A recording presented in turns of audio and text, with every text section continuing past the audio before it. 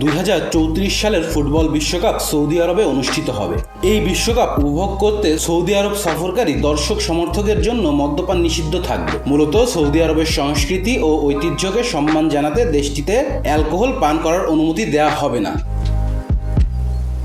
বিষয়টি জানিয়েছেন যুক্তরাজ্যের নিযুক্ত সৌদি আরবের রাষ্ট্রদূত প্রিন্স খালিদ বিন বান্দার আল সাউদ।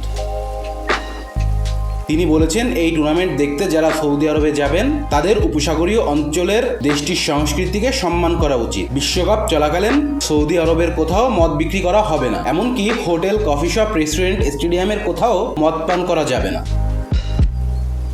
2034 বিশ্বকাপ আয়োজক হিসাবে গত ডিসেম্বরে নিশ্চিত করা হয় সৌদি আরবের নাম। এই বিশ্বকাপ আয়োজনের লড়াইয়ে কোনো প্রতিদ্বন্দ্বী ছিল না মরুদ দেশটির। ব্রিটেনের রেডিও স্টেশন এলবিসিকে সৌদি রাষ্ট্রদূত বলেছেন, এই মুহূর্তে অ্যালকোহল নিষিদ্ধ। অ্যালকোহল ছাড়া অনেকভাবেই মজা করা যায়, এটা শতভাগ প্রয়োজন নয়। আপনি পান করতে চাইলে সেটি দেশ ছাড়ার পর, কিন্তু এই মুহূর্তে অ্যালকোহলের অনুমোদন নেই। Please subscribe our channel to get more information about Cricket World.